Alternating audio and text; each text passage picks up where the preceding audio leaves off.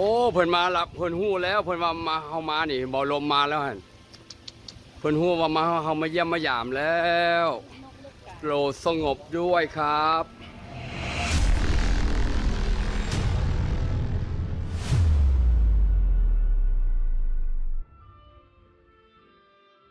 โอเคอันนี้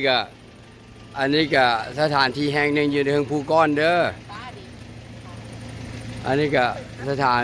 นี่แห่งหนึ่งอยู่เมืองภูก้อน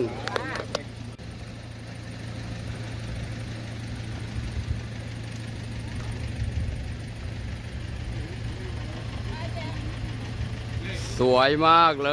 ยเดี๋ยวโอ้เพิ่นมาละเพิ่นฮู้แล้วเพิ่นว่ามาเฮามานี่บ่ลมมาแล้วหั่นเพิ่นฮู้ว่ามาเฮามาเยี่ยมมายามแล้วโปรดสงบด้วยครับโปรดสงบด้วยครับโอ้พญานาคงามหลายพญานาค7 เสียนพญานาค7 เสียนงามหลายเริ่มไม่หยังอ๋อห้ามแตะล้างมือตรงนี้ขอเชิญบูชาล้างมือครับ ขอเชิญบูชาล้างมือครับห้ามแตะพญานาค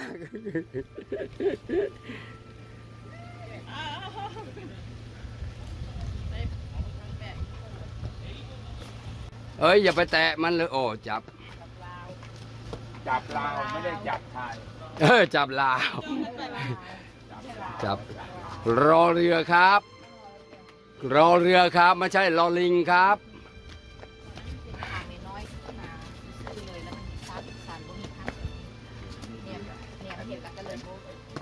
โอ้งามหลายพระธาตุเจดีย์มากราบพระธาตุเจดีย์ห้ามแตะพญานาคครับถ่ายได้เห็นแตะตูดครับ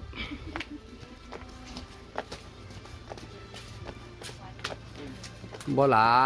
าย160 กว่าคันเกือบจะถึงสวรรค์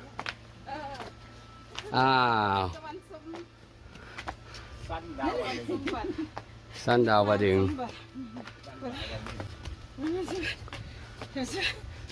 หอบแล้วมีคนหอบแล้วมีคนหอบแล้วมีคนหอบแล้วอันนี้ก็หอบอันนี้ก็ได้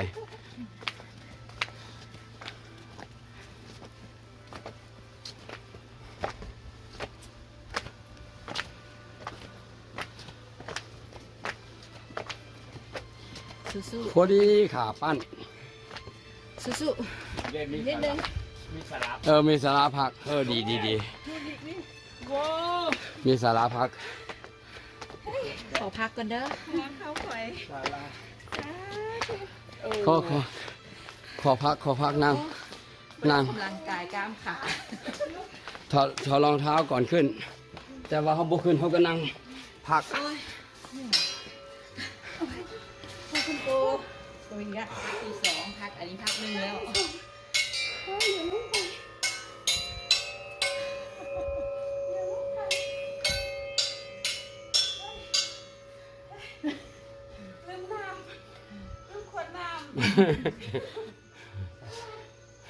เอาคนมาอมดีกว่าเนาะมันสิหายเดี๋ยวมันสิหายเพราะว่าลืมเห็นปะเห็นปะน้อยหนึ่งคนกับเป็นดิแขกอะไรหอบ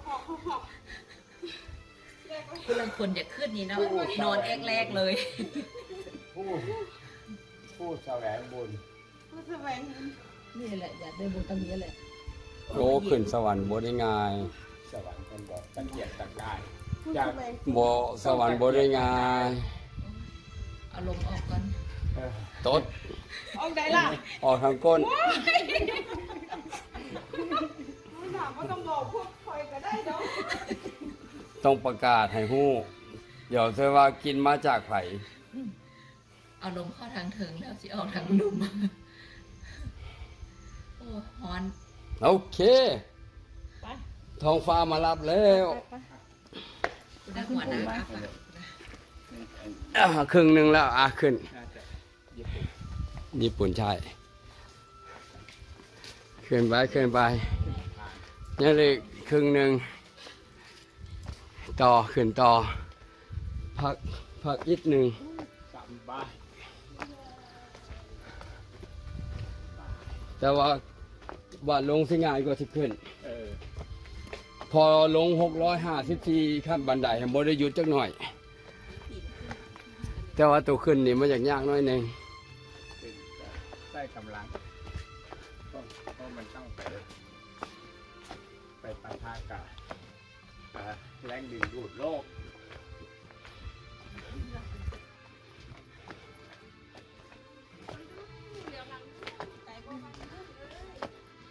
แต่ว่าบัดลมนี่สะดิกลมเลย เออ ใกล้แล้ว ใกล้ถึง เฉพาะ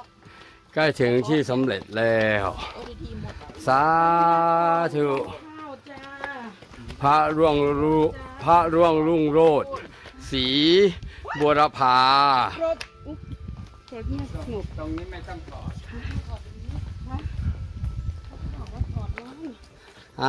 ขึ้นไปได้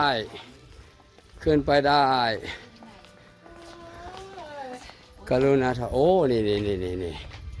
อันนี้โอ้เย็นอ๋อนี่ร้อนมาพึ่งเย็นโอ้เย็นดีโอ้เย็นดีเฮ้ยอยู่แปลกเนาะอยู่ไหนนี่เย็นเนาะเย็นธรรมชาติบ่มีแอร์ก็เย็นเด้ออันนี้หลวงปู่เนี่ย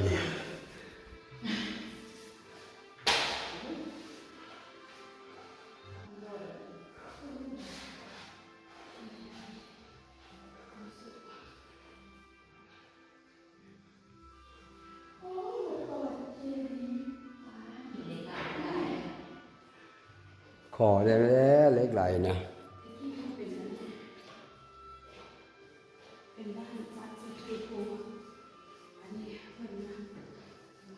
หินอ่อนเป็นขวด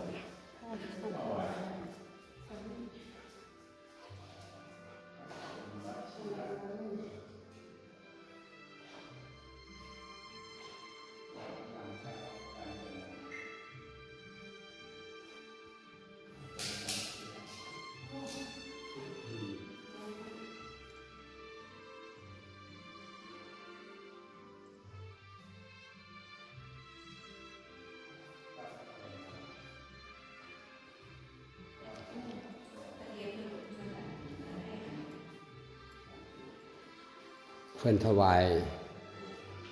เก้าอี้นั่งมาอ๋อนี่ในหลวงร.9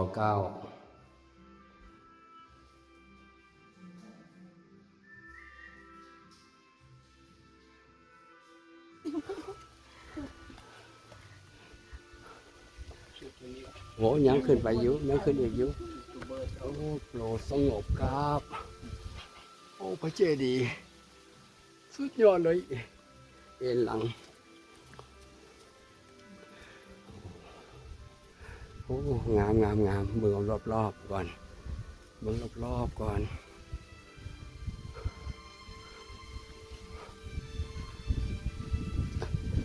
องค์พระปฐมรัตนบุรพาจารย์มหาเจดีย์โอ้งามหลายโอ้เนี่ยสุดยอดเลยงามหลายมันหลับมานอนอยู่เทิงนี่คือสิเย็นอยู่ตอนกลางคืนงามหลายอ่าฮะเด้บันไดนะถนนนั่นนะแม่นเห็น แมนแล้วเอาเข้ามาอีกจอมอีกสุดเลยพระเจดีย์โอ้นี่หลวงปู่มั่นสบายจีได้ชัดเจนหลวงปู่มั่นนั่นไผก็ฮู้อยู่ประเทศไทยเรา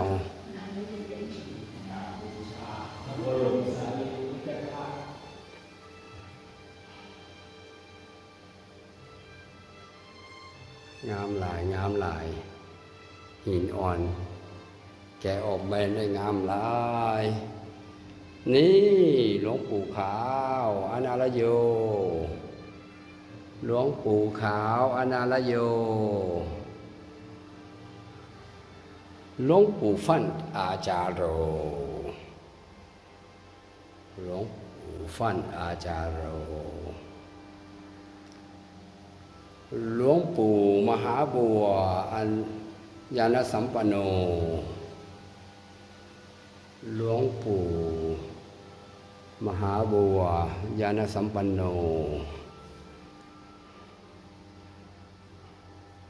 สมเด็จพระสังฆราชเจ้ากรมหลวงชิวยานนสังวร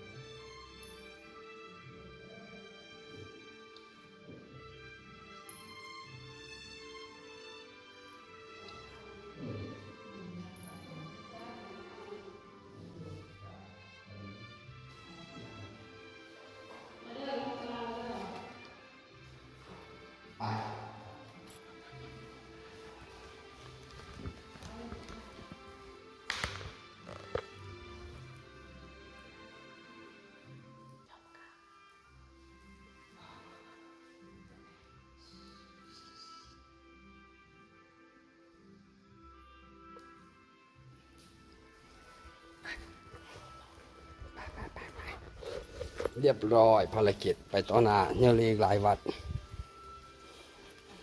ยังเหลืออีกหลายวัดไป มาซ้อนเห็ดตะเกือบ โอ้ทักษิณา ทางหลังทางหลัง ทักษิณาเวียนรอบเวียนรอบไป ป้า เขาก็เวียนรอบไปนำก้นน้ำตูดน้ำตูดน้ำตูดไปเขาเอารอบเดียวเขาเอารอบเดียวก็ได้ รอบเดียวก็ได้เขากันนะยึดกันไปเอารอบเดียวก็ได้เขาเวลาไปเดี๋ยวสิบแล้วทันการรอ ย้อนเวลาสงสัยห้องน้ำนี่ หมอของเก็บของไปลงได้บาทนี่ลงได้บาทนี่มันพายอยากลงก็ลงเด้อโอ้ยแล้วนำก้นมา ตรงนี้แป๊บเดียว ลงนี่บนต้องใช้เวลาขึ้นนี่อยากย้อนยากๆหน่อยหนึ่ง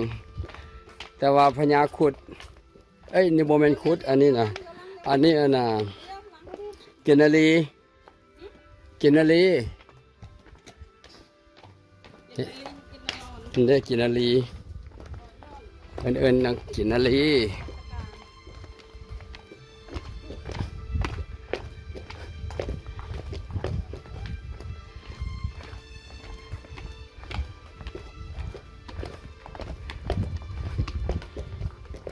คือบ่เมื่อยเนาะยามลงเนาะ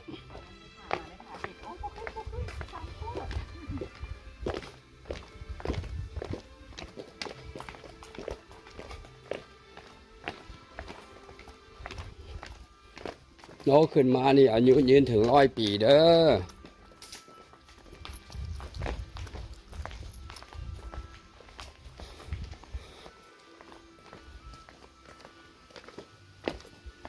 เด้รถยังอยู่บนเก่าที่เดิม จะมีปากแล้วมาฟังแกดูกันดิ มาแล้วมาแล้ว หลายภาคหลายขั้นตอนอยู่ได้นี่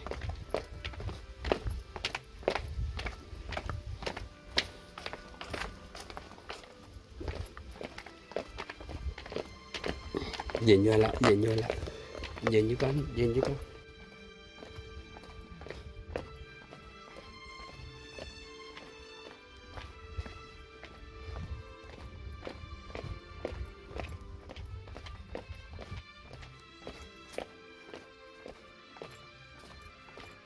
เรียบร้อยสำเร็จทุกกรณี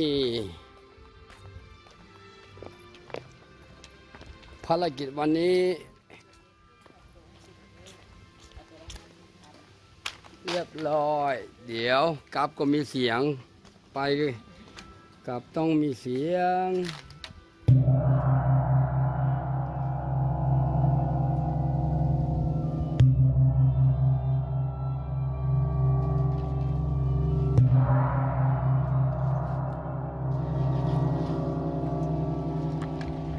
ไปก่อนเด้อไปก่อนเด้อขอบใจละลาย